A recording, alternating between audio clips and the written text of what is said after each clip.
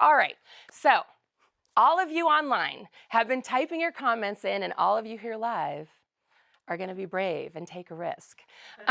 So we have our panel here. Thank you guys so much. And I also have brought, you haven't heard him yet, but I promise you will, the fabulous Tony Jackson here, who is a 4th grade teacher from New Jersey. We'll hear him at the very end of the show. But I wanted to give us a few moments to ask some questions. And I have a question before we cast it over to you.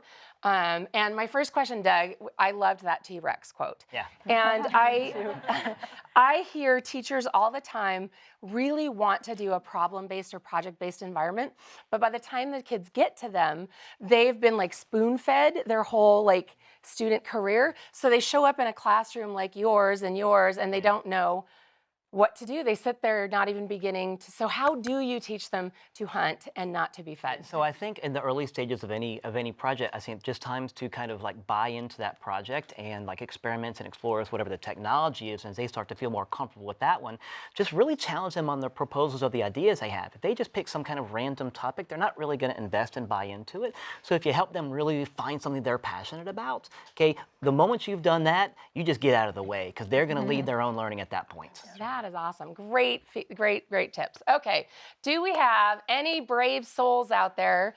I see Mark, I think you have something from online, and then I think I see Anne walking up right behind you. So, Mr. Sparval, what do we have coming in from online? Thank you, and thanks everyone online for your questions. This one's particularly directed at Heather and Rafaela. Lucky you.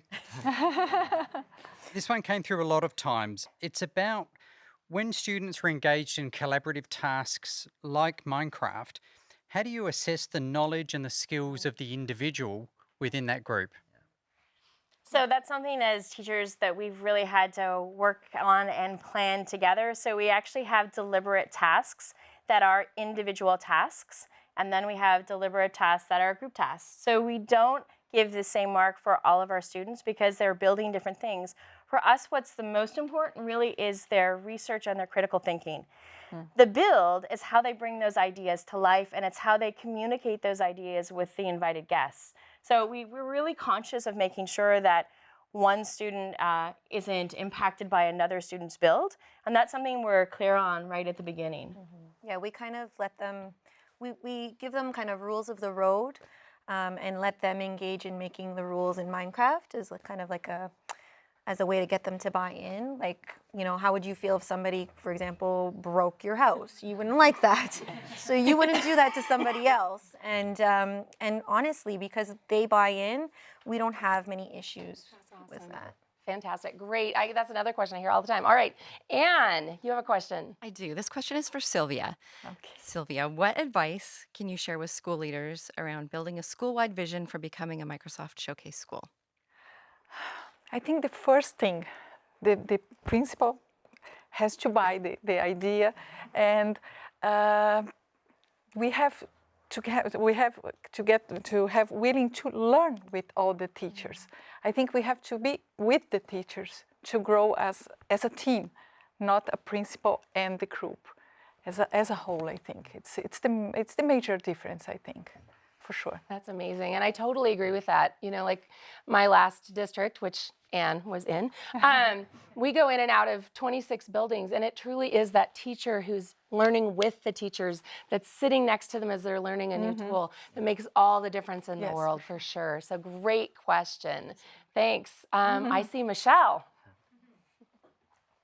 I'm so impressed with everything all of you are doing. And I know, Doug, I've talked with you a little bit about artificial intelligence. Yeah. Can you speak a little bit to that, to the audience, and some of the things that you're helping prepare your students for in the future with? So yes, that's the question of the century right there. So we've seen even some examples of chatbots and some examples of AI, of the usage of AI. And so the other side of that in the computer science world is sort of how does AI happen in the background? And so I think artificial intelligence is not something that might show up a little bit as a trend or something like that in the future. It is here now. It It is not going away. It's vital that the world understand what that is. Okay, we bring it into our classrooms. I think we're struggling with that right now. We're trying to be innovative in computer science, and even we're asking the questions, what actually is computer science? How can it be done in the lower school, middle school, upper school, even in the college level, as far as what can be done in the background, what can be done for students using it? Because if we don't understand this as a community, it's going to be part of our lives whether we understand it or not. So what option do we really have? We have to embrace that and dive into that one. So it's a great question. I'm not sure I know the answer. I'm going to ask Sylvie to pipe in a little bit here too, because what age were your students that created that chatbot? 12 to 13 years So old. 12 to 13 years Yes. old, built a chatbot that would answer questions about bullying. That's AI in real life for 12 and 13-year-olds. That's amazing. That's true. Yeah, thank you. Great question. Yes, Kim. Good thing I know all their names. These, by the way, all of you online, our audience is filled with local teachers who are in schools doing real things, all MIE experts, all doing incredible things. So that's kind of why I know their name. But Kim, go ahead. Well, I was struck by this morning, every single one of you spoke about the idea of being a risk taker. How do you overcome that with teachers, Sylvia? How do you overcome that barrier for people who are not natural risk takers? I think you have to open the space for them, because failure is part of the process, for sure. We learn a lot when we fail. And teachers must understand and incorporate this idea, because teachers don't allow themselves to fail. That's the point. They have to change. Yeah, and it's like going to all of talk you, I about think all of change. you work with teachers and know teachers that are scared of failure. So if you want to, I'm going to do a little quick lightning whip around, teacher technique here. Let's hear each of you kind of share one thing that you've helped, if you've helped another teacher in your school kind of embrace failure. What's been a tip for helping those teachers embrace failure and take a risk? Tony? Modeling it and being completely unafraid to admit and talk about my own. And that will usually open them up to see that I'm not trying to get them to do something that I haven't done. It's something that we all do. And it's just, when your students see that you're not afraid, then they can take that on themselves.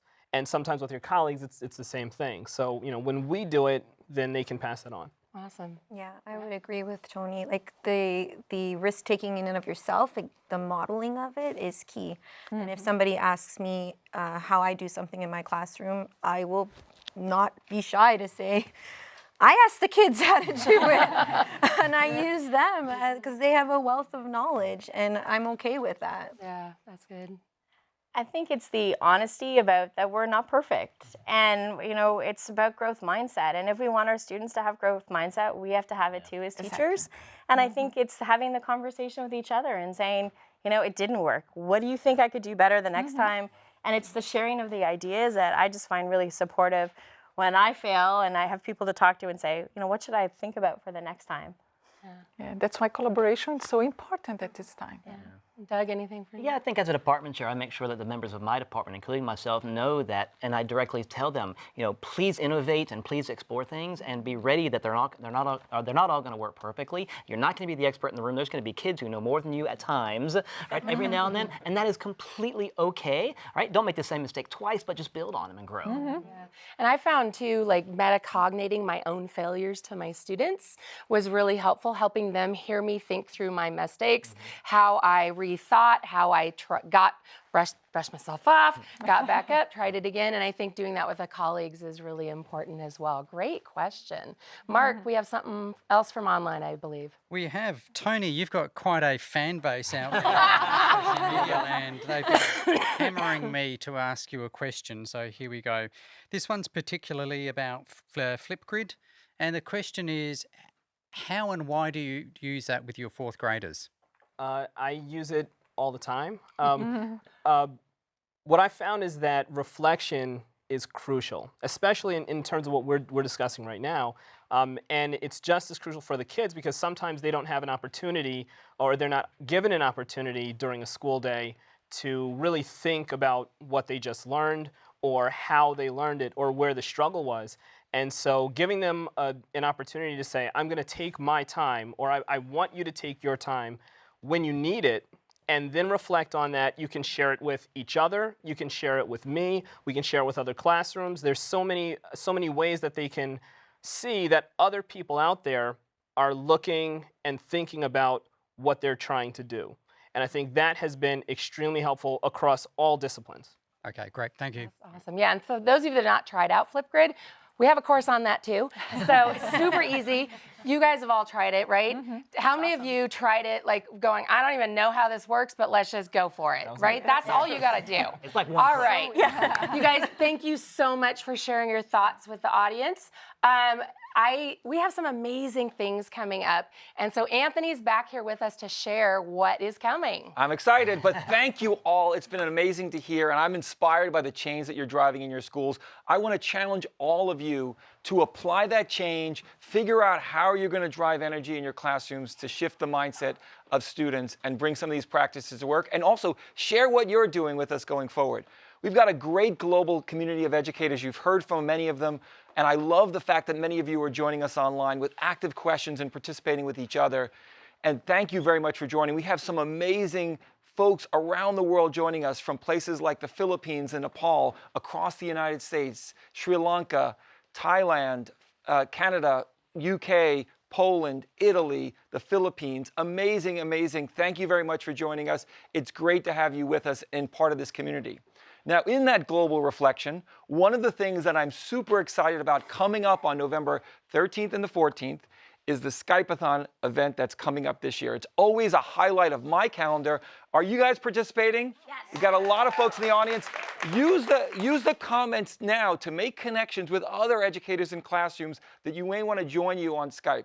The Skype-a-thon is an amazing opportunity for us to connect, to share, to deepen understanding and connection between students from classrooms all around the world. This year, we have a special treat that for every 400 virtual miles traveled, we'll be supporting WE Villages around the world. This is a great opportunity to not only have a great experience with Skype-a-thon, but to bring purpose to the journey with your students and bring service learning into your classrooms. So I'm excited about that. This theme this year is also going to be connected to the UN Sustainable Development Goals, which I know inspires students to take action and actually bring their talents to real need. Now, one of the things that we need to do is actually improve inclusivity and accessibility in our classrooms. And with that, I'm super proud of the work that Microsoft has done to sign the Made by Dyslexia Commitment Pledge just recently in this month. Now, this is a commitment to provide the 700 million people around the world with dyslexia access to training and tools to help them realize their potential. You can learn more about this in this latest episode of What's New in EDU to find out some more information about that pledge and how you can get access to the resources.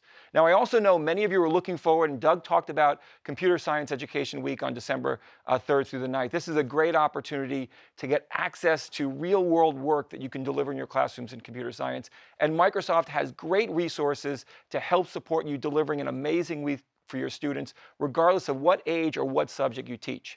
One of the examples is the new Microsoft Minecraft Hour of Code tutorial, Voyage Aquatic. This is going to be a great opportunity to leverage the new Aquatic Pack in Minecraft to deepen your students' experience there. We also have a great series, Meet the Creators.